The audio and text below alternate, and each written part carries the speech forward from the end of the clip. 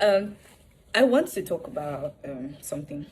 So me and my friends are reading Bible together, and we're in Exodus. And I was reading today about the children of Israel while they were in the wilderness, and they needed water, and they started grumbling and complaining to Moses, and Moses had to pray to God, what's he going to do, and everything and everything. And then the children of Israel, like, they made a statement that kind of caught my attention. It was, are you sure God is with us? Or are you sure the Lord is with us? And I'm like, hold up, you guys. Hold up real quick. Is it the same God that just delivered you from the land of Egypt? The same one that parted the Red Sea, like as big as the Red Sea is? You walked in the middle of it, like you walked on plain ground. There was no, it's not like the soil, your leg was sinking in a little bit, so you know that this place is water that used to be here. You know when half the floor can be when rain just fall. It wasn't like that. You guys had ease, a lot of you with your camels, with your children, with your animals. You guys walked in the middle of water, and now you're asking, did God really call us out of Egypt? Like, is God really with us? I'm like, yo, you guys are so ungrateful. You guys have bad memory. But I was being so judgmental, and this was like, okay, but see, baby, you self think, isn't that how you are? Isn't that how you are? Like, how God will do things for you? My God, isn't that how God will do things for you? And in like days, months, you are faced with another challenge, and you forget, the faithfulness of God. Like, God would have come through for you in like career, and because you need like some form of breakthrough in finances, you start to worry, you start giving into anxiety, and you forget that the same God that did for career can do for finance. The same God that did for finance can do for like childbearing or like fruitfulness or marriage, if that's something that you want.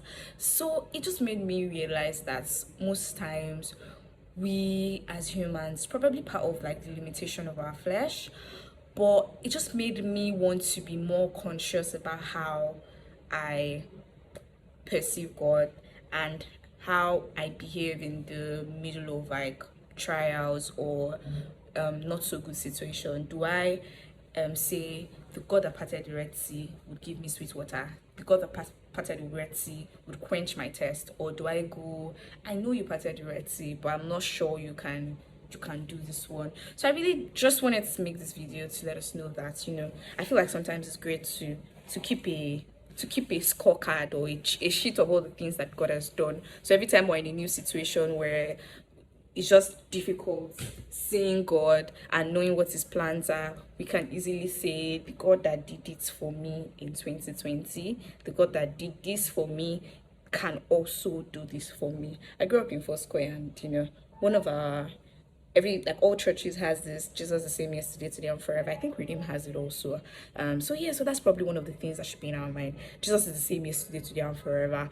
If he healed people in the past, if he's even still healing now, he healed my neighbor, he healed this person, he will definitely do it for me. And just because we haven't experienced God in one dimension doesn't mean that he lacks power in that particular dimension. Like, just because God parted made a way for you, like parted Red Sea, doesn't mean that it cannot bring fruitfulness your way. Like, just because you have not experienced him in that dimension, rather just this message myself also, but I just thank God in the areas you've experienced. Show forth gratitude and let it be top of mind. So every time anxiety wants to take over, you be like, yeah, the last time I was almost broke, God came through for me. So yeah, now that I'm facing a similar or even different circumstances, I trust God enough to be able to come true for me. So the point of this video is to encourage every single one of us to always, always, always remember the faithfulness of God.